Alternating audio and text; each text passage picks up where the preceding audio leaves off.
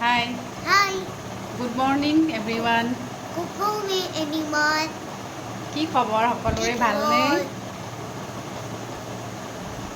আজি হৈছে দেওবাৰ আৰু আমি এতিয়া যাব ওলাইছোঁ আমাৰ বেলতলা বজাৰত। চ' ভিডিঅ'টো আপোনালোকে চাই থাকিব শেষলৈকে।